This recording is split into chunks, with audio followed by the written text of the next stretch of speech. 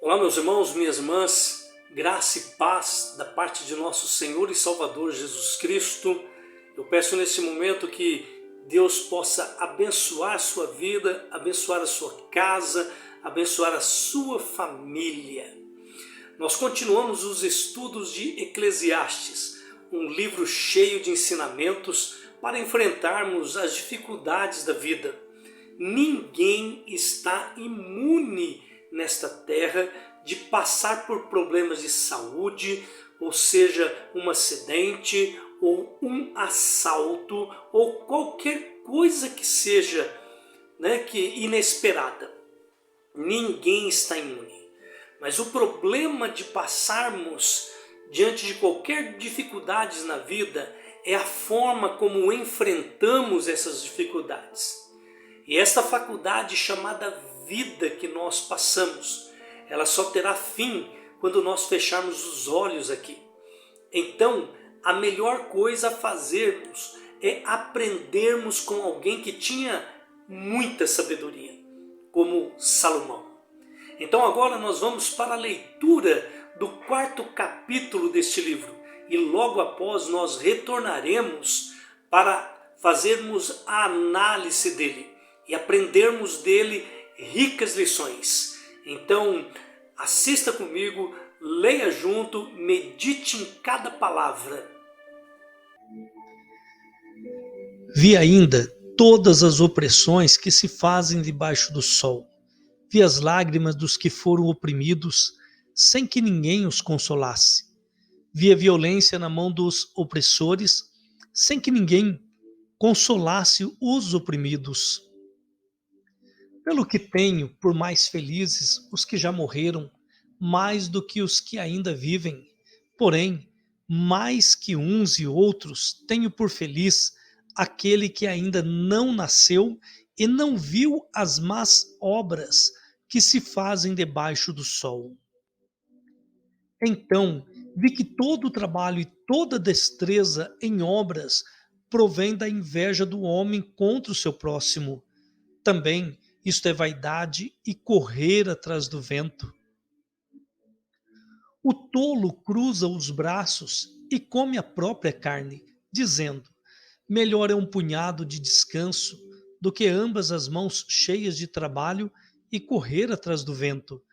Então considerei outra vaidade debaixo do sol, isto é, um homem sem ninguém não tem filho nem irmã, contudo não cessa de trabalhar, e seus olhos não se fartam de riquezas, e não diz: para quem trabalho eu?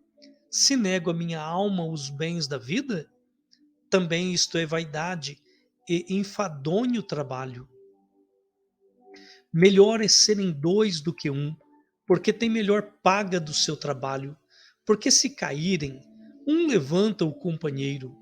Aí, porém, do que estiver só, pois caindo não haverá quem o levante. Também, se dois dormirem juntos, eles se aquentarão, mas um só, como se aquentará? Se alguém quiser prevalecer contra um, os dois lhe resistirão. O cordão de 3 dobras não se rebenta com facilidade. Melhor é o jovem pobre e sábio do que o rei velho e insensato, que já não se deixa admoestar, ainda que aquele saia do cárcere para reinar ou nasça pobre no reino deste. Vi todos os viventes que andam debaixo do sol com o jovem sucessor que ficará em lugar do rei. Era sem conta todo o povo que ele dominava. Tão poucos que viram, depois se hão de regozijar nele. Na verdade, que também isto é vaidade e correr atrás do vento. Muito bom! São palavras maravilhosas, né? Ainda que a gente sinta a dificuldade em interpretar alguns textos de Salomão, mas agora aqui eu quero te revelar alguns pontos que são importantes para nós. E neste capítulo, segundo alguns comentários, principalmente de um grande teólogo, Moody, nós podemos dividir em 4 partes este capítulo. A primeira parte vai do versículo 1 ao versículo 3, que fala sobre a opressão do mal. A segunda parte vai dos versículos 4 ao 6, que fala sobre o trabalho do homem. Mais uma vez aqui, Salomão tratando essa questão do trabalho. A terceira parte vai do versículo 7 ao versículo 12, que fala sobre o acúmulo miserável de riquezas. E a quarta parte vai do versículo 13 ao versículo 16, que fala sobre a natureza transitória da popularidade. Ou seja, essa falsa fama que muitos querem alcançar, o falso sucesso na vida. São essas as 4 partes. Então agora nós vamos tentar compreender, analisando cada parte. Se você tiver dúvida de algumas delas, põe aí no comentário. Você que ainda não é inscrito no canal, se inscreva no canal. Vai ser um prazer ter você conosco. Tenho falado sempre, né? Tenho orado por cada um, por cada inscrito, todos os dias aqui na minha biblioteca. A primeira parte, que vai dos versículos 1 ao versículo 3, que fala sobre a opressão do mal, Salomão diz que por causa de tanta opressão que existe na vida, e essa opressão está ligada a tudo, e aqui embaixo eu quero discriminar para você. Os únicos homens felizes são os mortos. E ainda os mais felizes ou os mais bem-aventurados são aqueles que nunca nasceram. Num primeiro momento, essas palavras parecem duras para nós ouvirmos, mas quando ouvimos falar nos jornais ou nas redes sociais sobre a fome que assola uma grande parte da humanidade, todos os dias mais de 800 milhões de pessoas vão para a cama com fome. Isso nós incluímos crianças, jovens, adolescentes, adultos e anciãos. E não para por aí também. Uma criança sofrendo abusos sexuais, a pedofilia que parece não ter fim. Um pai de família que teve a vida tirada devido a um roubo, um assalto. Uma mãe, uma mulher e filhos chorando na beira do caixão. Uma família inteira morta em um acidente de trânsito por um jovem totalmente embriagado, alucinado pelas drogas. Pessoas inocentes morrendo por uma hipocrisia de uma guerra sem sentido.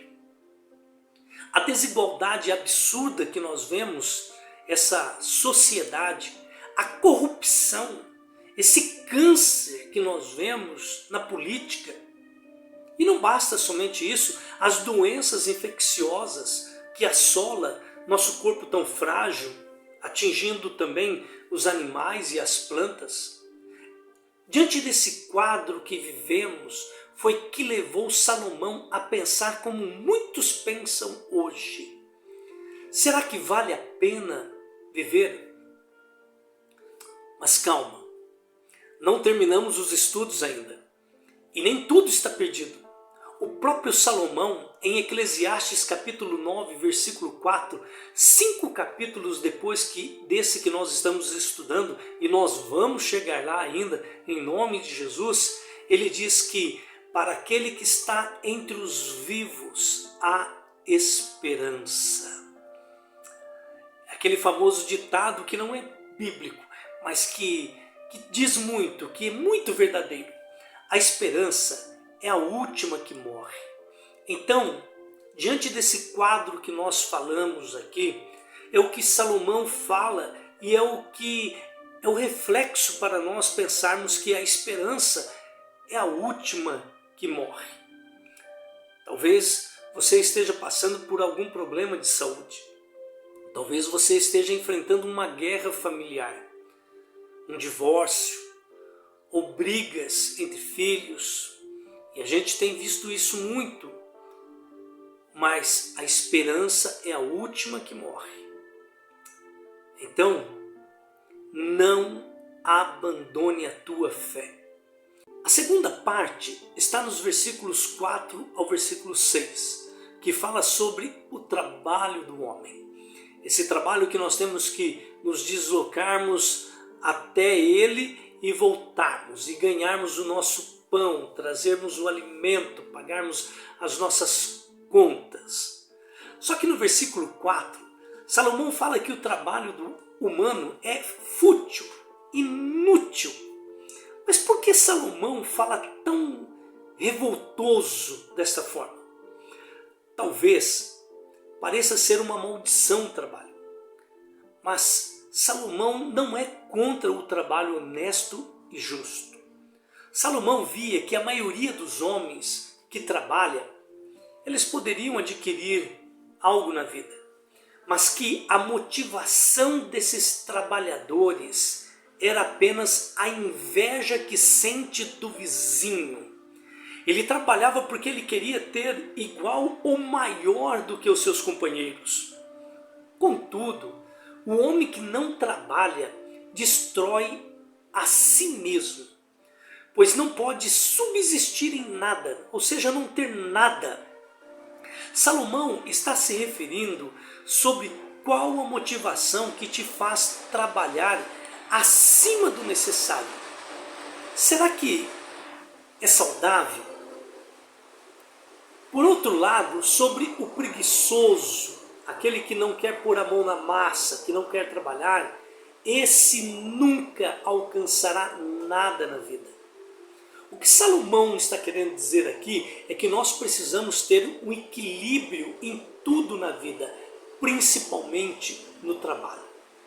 No versículo 5, a expressão "e come a própria carne" é uma expressão metafórica que implica em passar fome.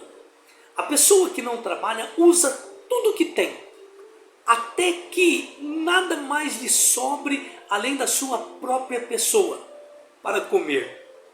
Esse é o significado metafórico do preguiçoso, daquele que não quer trabalhar. No versículo 6, a expressão "um punhado de descanso" quer dizer, um homem não deve ir aos extremos. O trabalho traz alguma recompensa, mas muito trabalho ou uma preocupação total com o trabalho pode destruir esse bem, ou pode destruir muitas coisas na sua vida, principalmente a sua saúde. É melhor ter apenas um punhado de ganhos obtidos com paz de espírito do que buscar grandes ganhos através de preocupações e lutas cansativas. Sabemos muito bem o que vai ser dessa pessoa na velhice. Dor em toda parte do corpo. Até existe um ditado, uma frase, uns dizeres que a pessoa, quando ela é jovem, ela se lança no trabalho para ganhar. Quando fica idoso, tudo aquilo que ela ganhou, ela vai gastar na sua saúde e vai jogar por água abaixo. Então, volto a repetir aquilo que Salomão disse na parte anterior. Temos que ter equilíbrio em tudo. A terceira parte está no versículo 7 ao versículo 12, que fala sobre o acúmulo miserável de riquezas. A riqueza costuma fazer do homem um avarento, um mesquinho, de modo que se afasta da companhia dos outros. Portanto, isto priva de uma das poucas alegrias que a vida pode oferecer. No versículo 8, a expressão "sem ninguém" literalmente é o homem que não tem parceiro, o homem que não tem amigo, o homem que não tem ajudante, explicando esse parágrafo anterior nosso, considerando que a passagem se relaciona com a avareza. Isso nos leva a compreender que se trata do avarento que luta sozinho, que não quer partilhar os seus lucros com ninguém. Ele quer tudo para ele. Dizemos que essa pessoa é esganada, quer todos os bens para ela, não quer repartir seus conhecimentos, suas habilidades, seus dons, seus talentos com ninguém, nem com seu próprio filho. Muitas vezes, essas pessoas são tão avarentas que não compartilham com a sua própria casa, com seu cônjuge ou com seus filhos, deixando passar vontade de muitas coisas. Para isso, ele vai pensar, eu não posso gastar, eu tenho que economizar, senão vai fazer falta. Não é porque vai fazer falta, não é porque ele precisa economizar, é porque se torna doentio no coração dele e na mente dele. E quantas vezes seus filhos não passam vontade de chupar uma bala, um picolé. O camarada não tem coragem de gastar com uma pizza, por mais simples que ela fosse, para repartir com seus familiares. E o autor aqui, Salomão, prossegue fazendo uma lista das vantagens da associação com os outros. Primeiro, você ter parceiros, você ter amigos, isso quer dizer que você vai ter assistências nas suas dificuldades. Você nunca vai passar as suas dificuldades sozinho. Você vai ter pessoas simpáticas ao seu lado, você vai ter proteção, você vai ter uma segurança e, além de tudo, você vai ter felicidade. E a coisa mais gostosa é quando a gente se reúne entre amigos para bater um bom papo, para conversar, para brincar, para comer, para desfrutar as alegrias que Deus nos dá aqui na terra, que é tão curta, tão pequena. Então o que Salomão está querendo dizer aqui, olha, aproveite cada segundo da sua vida, não desperdice, não jogue fora. No versículo 12, uma das expressões muito conhecidas no nosso meio, ela é aplicada também no relacionamento conjugal e tantas outras coisas, mas aqui, literalmente, Salomão quis aplicá-la, ela, nessa área, o cordão de 3 dobras. Isto provavelmente se refere à vantagem do companheirismo. E significa que se a comunhão com 2 ela é boa, então com 3 ainda melhor. Um cordão com 3 fios aguentará uma tensão maior do que aquele que só tem um. Mas se tiver 3, suportará o peso muito maior. Um rico ensinamento de Salomão: não ande sozinho. Você ficará mais forte com outros. E eu quero apresentar aqui mais um para que você possa chamar para ser o teu parceiro inseparável: Jesus Cristo. Chame ele para ser um desses do cordão de 3 dobras. Você não se arrependerá. Ele nunca te deixará, nunca te abandonará e sempre estará ao teu lado, te apoiando, seja nas alegrias, seja nas angústias. A quarta parte está dos versículos 13 ao versículo 16, que fala sobre a natureza transitória da popularidade. Aqueles que buscam a popularidade, aqueles que buscam a fama, ser famosos, ser conhecidos, ser reverenciados. Quantos atores, quantos jogadores chegaram no seu auge e perderam tudo na vida por causa da vaidade. No versículo 13, a expressão melhor é o jovem pobre e sábio. Salomão usa aqui esse exemplo hipotético do que geralmente acontece quando um homem passa da pobreza para a riqueza. Um rei que já não se deixa admoestar, isto é, que não aceita mais conselhos, Era muitíssimo melhor quando era um jovem pobre. Quando era jovem e pobre, aceitava ensinamentos, aceitava os conselhos. Agora a idade e os anos diante dos olhos do público cegaram-no, as suas incapacidades e a necessidade do conselho do sábio. Não aceita nada de ninguém. Se acha o dono da razão, o dono da verdade. E eu acho que você deve conhecer muita gente assim. Meu conselho é: não queira ser quem você não pode ser. Mas nunca deixe de buscar alcançar os seus alvos. Mas se você não alcançar, também não desanime. Se você não pode ter um palácio, uma casa luxuosa, tenha uma casa simples, mas recheada de paz, harmonia e muito amor. A melhor conclusão para este capítulo, e eu quero terminar aqui lendo Filipenses capítulo 4, versículo 8, o qual o apóstolo Paulo nos ensina e nos dá a continuidade daquilo que Salomão quis nos ensinar.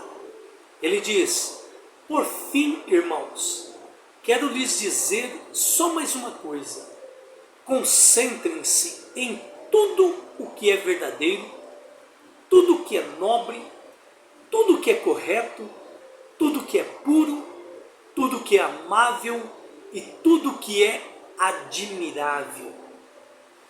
Pensem no que é excelente e digno de louvor. Esse foi o nosso estudo de hoje, o 4º capítulo de Eclesiastes. Que o Senhor te abençoe e te guarde. Que o Senhor faça resplandecer o rosto sobre ti e tenha misericórdia de ti. Que o Senhor sobre ti levante o rosto e te dê a paz. Um grande abraço a todos e Deus os abençoe.